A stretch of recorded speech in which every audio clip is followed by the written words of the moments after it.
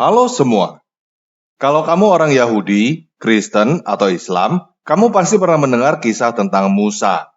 Namun, banyak orang yang tidak memperhatikan detailnya.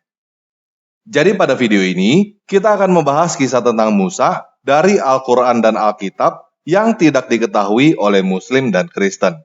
Oke, kita mulai aja ya.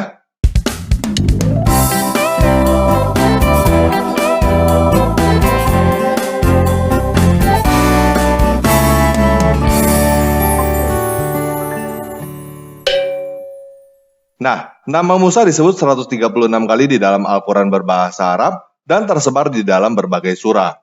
Seringkali kisah yang disebut di dalam beberapa surah itu adalah pengulangan dari kisah yang sama. Contohnya, kita tahu bahwa Musa adalah seseorang yang dipanggil oleh Tuhan untuk membebaskan bangsa Israel dari Firaun. Namun, apa yang Musa katakan ketika pertama kali mendengar Tuhan mengutus dia pergi kepada Firaun? Menurut Al-Quran surah 28 ayat 33-34, Musa berkata, "Ya Tuhanku, sungguh aku telah membunuh seorang dari golongan mereka, sehingga aku takut mereka akan membunuhku. Dan saudaraku Harun, dia lebih fasih lidahnya daripada aku. Maka, utuslah dia bersamaku sebagai pembantuku untuk membenarkan dalam kurung perkataanku. Sungguh, aku takut mereka akan mendustakanku." Nah, Al-Quran surah 26 ayat 12-14 juga menceritakan peristiwa yang sama.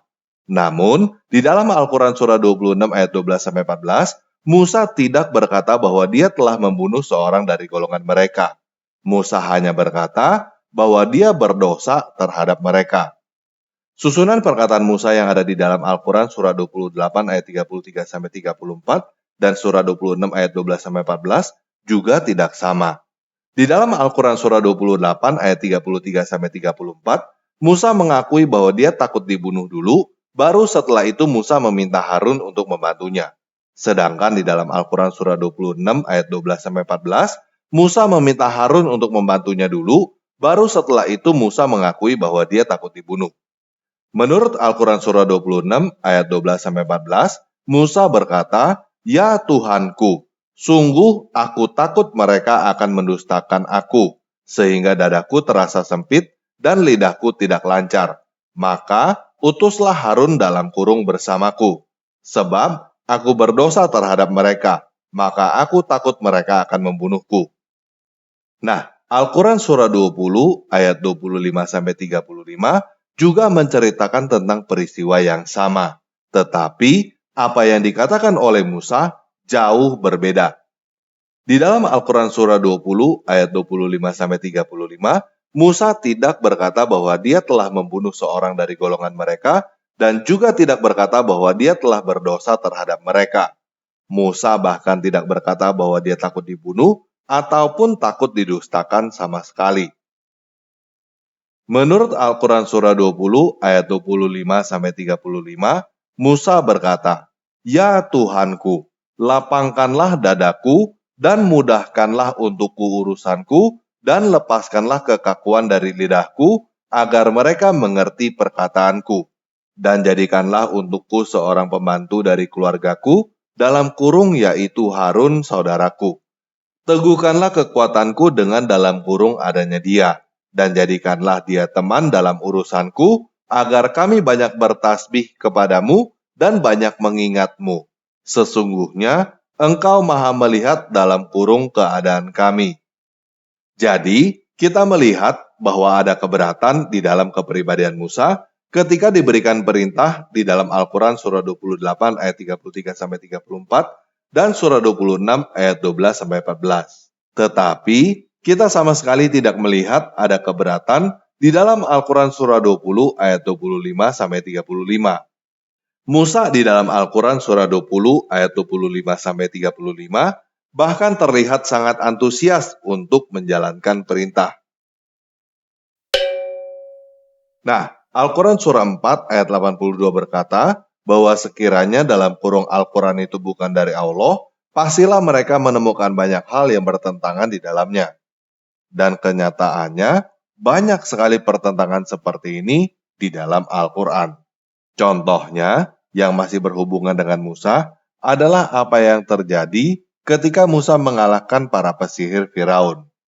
Menurut Al-Quran Surah 7 ayat 120-122, Surah 20 ayat 70, dan Surah 26 ayat 46, para pesihir itu sujud dan berkata bahwa mereka telah percaya kepada Tuhannya Musa dan Harun. Sedangkan menurut Al-Quran Surah 10 ayat 83, tidak ada yang beriman kepada Musa selain keturunan dari kaumnya Musa. Jadi, yang mana yang benar? Para pesihir itu menjadi beriman atau tidak? Menurut Al-Quran Surah 17 ayat 101, Musa diberikan 9 mujizat. Tetapi, Al-Quran Surah 7 ayat 133 hanya menyebutkan 5, yaitu topan, belalang, kutu, katak, dan darah. Kenapa Al-Quran Surah 7 ayat 133 hanya menyebutkan 5, bukan 9? Apakah Allah lupa yang 4 lagi sehingga tidak disebut? Jika teman-teman baca Alkitab, teman-teman akan mengetahui bahwa Tuhan bukan menurunkan 5 atau 9 mujizat, tetapi 10 tulah. Nah, kenapa teman-teman yang Muslim tidak tahu tentang pertentangan-pertentangan di dalam Al-Quran seperti ini? Karena teman-teman yang Muslim hanya disuruh menghafal di dalam bahasa Arab tanpa mengerti apa yang mereka hafalkan. Seseorang yang sudah terlanjur percaya buta, sudah menghabiskan begitu banyak waktu dan tenaga untuk menghafal Al-Quran, akan sulit untuk menerima kenyataan bahwa dirinya tertipu. Bahkan, bisa saya katakan bahwa teman-teman yang Muslim takut untuk mengetahui bahwa apa yang mereka percaya itu salah. Teman-teman yang Muslim percaya bahwa tidak ada pertentangan di dalam Al-Quran, padahal kenyataannya di depan mata kita terlihat dengan jelas bahwa banyak ayat di dalam Al-Quran yang bertentangan satu dengan yang lainnya. Coba teman-teman Muslim yang bangga karena hafal Al-Quran sampai ke titik komanya, jawab satu pertanyaan yang sederhana. Apa yang sebenarnya Musa katakan kepada Tuhan sampai ke titik komanya? Persis seperti surah 28 ayat 33-34, atau persis seperti surah 26 ayat 12-14, atau persis seperti surah 20 ayat 25-35. Atau jangan-jangan semuanya salah, karena tidak mungkin semuanya benar. Menurut saya, sepintas aja, kita bisa tahu bahwa Al-Quran surah 20 ayat 25-35 pasti salah. Karena Musa di situ terlalu percaya diri, sampai Musa yang mendikte Tuhan apa yang harus Tuhan lakukan kepada Musa. Selain itu, Al-Quran surah 20 ayat 25-35 berbeda jauh dengan 2 ayat lainnya. Coba teman-teman pikirkan baik-baik. Apa yang sebenarnya Musa katakan kepada Tuhan sampai ke titik komanya? Untuk apa teman-teman menghafal apa yang Musa katakan sampai ke titik komanya, sedangkan Allah sendiri lupa apa yang Musa katakan? Nah, buat teman-teman Muslim yang tidak pernah baca Alkitab, saya akan membacakan apa yang sebenarnya tercatat mengenai peristiwa pertama kalinya Musa bertemu dengan Tuhan. Keluaran 3 ayat 1 sampai 4 ayat 17. Adapun Musa, ia biasa mengembalakan kambing domba Yitro, mertuanya, imam di Midian. Sekali, ketika ia menggiring kambing domba itu ke seberang padang gurun, sampailah ia ke gunung Ilah, yakni gunung Horeb. Lalu, malaikat Yahweh menampakkan diri kepadanya di dalam nyala api yang keluar dari semak duri. Lalu, ia melihat dan tampaklah semak duri itu menyala, tetapi tidak dimakan api. Musa berkata, "Baiklah aku menyimpang ke sana untuk memeriksa penglihatan yang hebat itu. Mengapakah tidak terbakar semak duri itu?" Ketika dilihat Yahweh bahwa Musa menyimpang untuk memeriksanya, berserulah ilah dari tengah-tengah semak duri itu kepadanya, "Musa, Musa." Dan ia menjawab, "Ya ilah." Lalu ia berfirman, "Janganlah datang dekat-dekat. Tanggalkanlah kasutmu dari kakimu, sebab tempat di mana engkau berdiri itu adalah tanah yang kudus." Lagi ia berfirman, "Akulah ilahnya ayahmu, ilahnya Abraham, ilahnya Ishak, dan ilahnya Yakub." Lalu Musa menutupi mukanya, sebab ia takut memandang ilah. Dan Yahweh berfirman, "Aku telah memperhatikan dengan sungguh kesengsaraan umatku di tanah Mesir, dan aku telah mendengar seruan mereka yang disebabkan oleh pengerah-pengerah mereka. Ya, aku mengetahui penderitaan mereka. Sebab itu, aku telah turun untuk melepaskan mereka dari tangan orang Mesir dan menuntut mereka keluar dari negeri itu ke suatu negeri yang baik dan luas. Suatu negeri yang berlimpah-limpah susu dan madunya, tempat orang Kanaan, orang Het, orang Amori, orang Feris, orang Hewi, dan orang Yebus. Sekarang, seruan orang Israel telah sampai kepadaku. Juga telah kulihat betapa kerasnya orang Mesir menindas mereka. Jadi, sekarang, pergilah.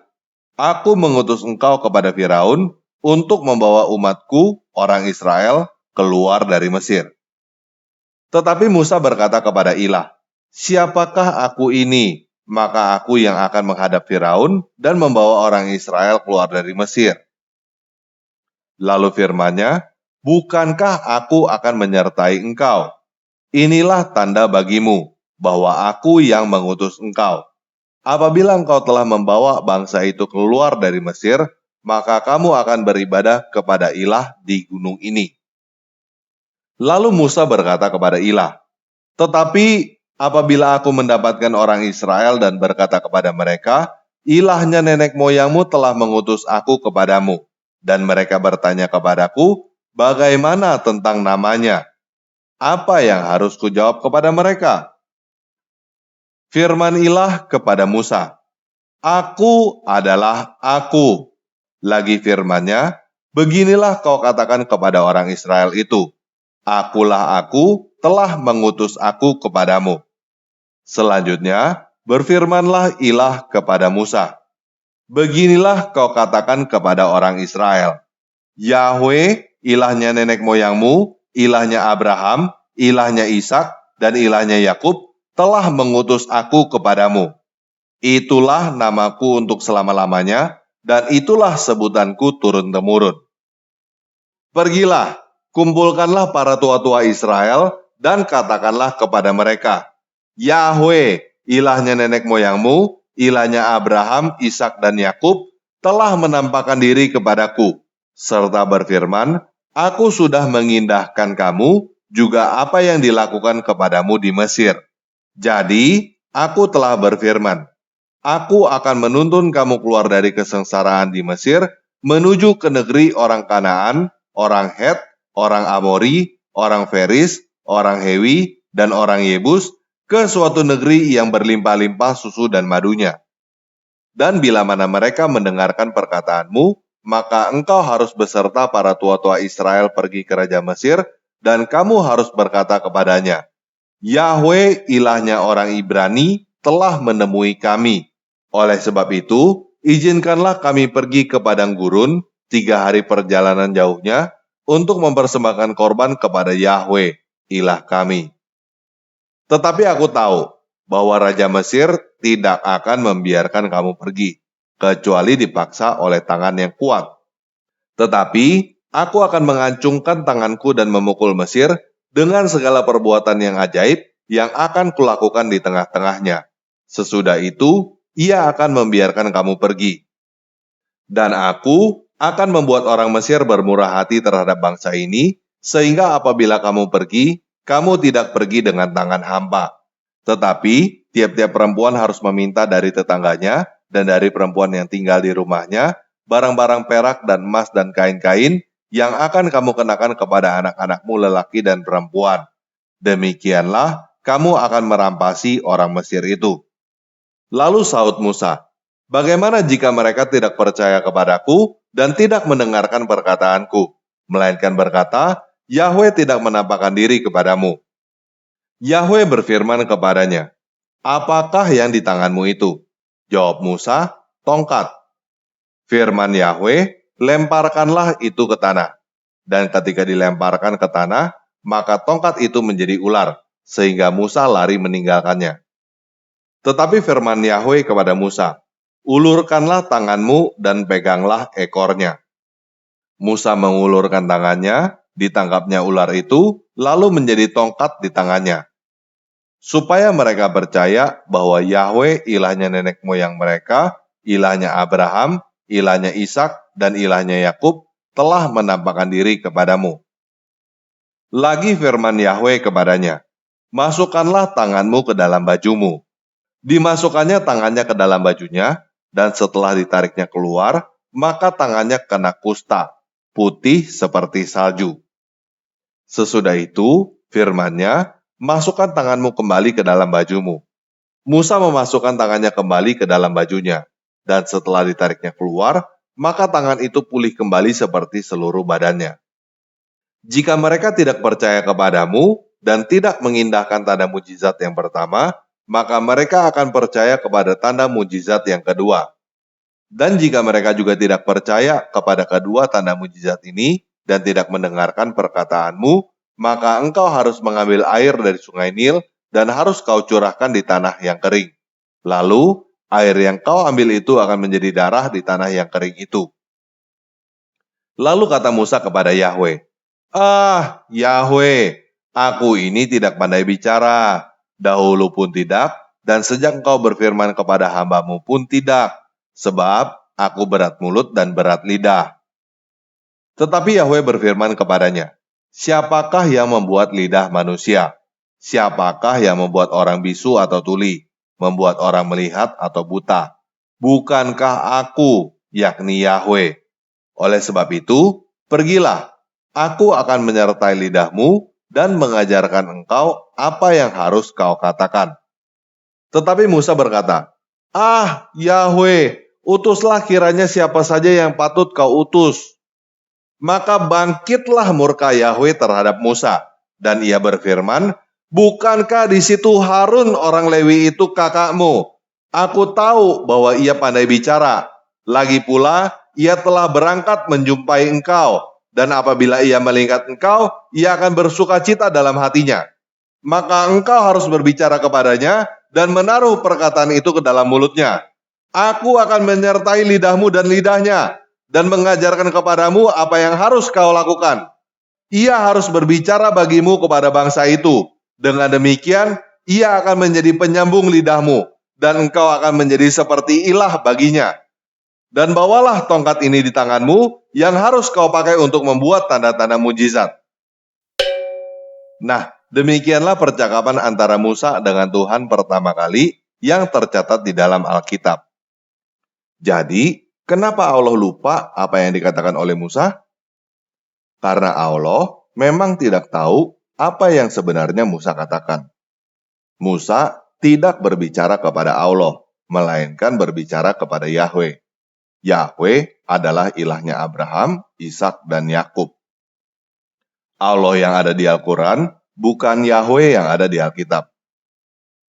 Oke, sekian video kali ini. Yesus Kristus penguasa saya, mengasihi kamu.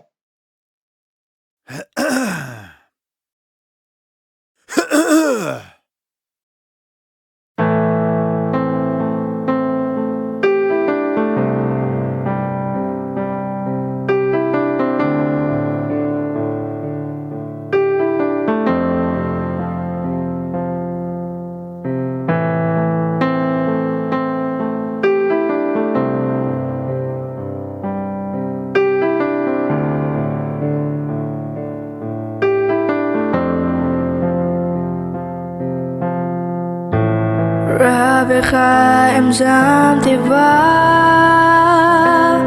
أتخذا كم بسيارة وشي أقول بأسفي افتح بك أتمري موتي كفوا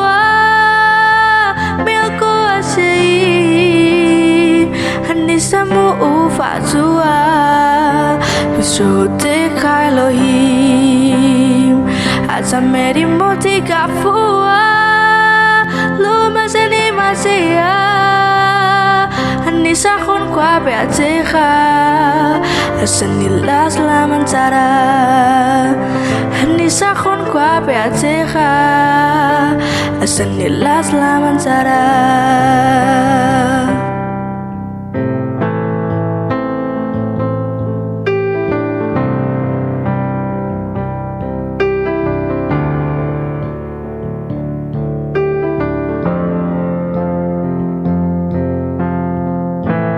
Padamu ku berharap Engkau kuat mengatasi badai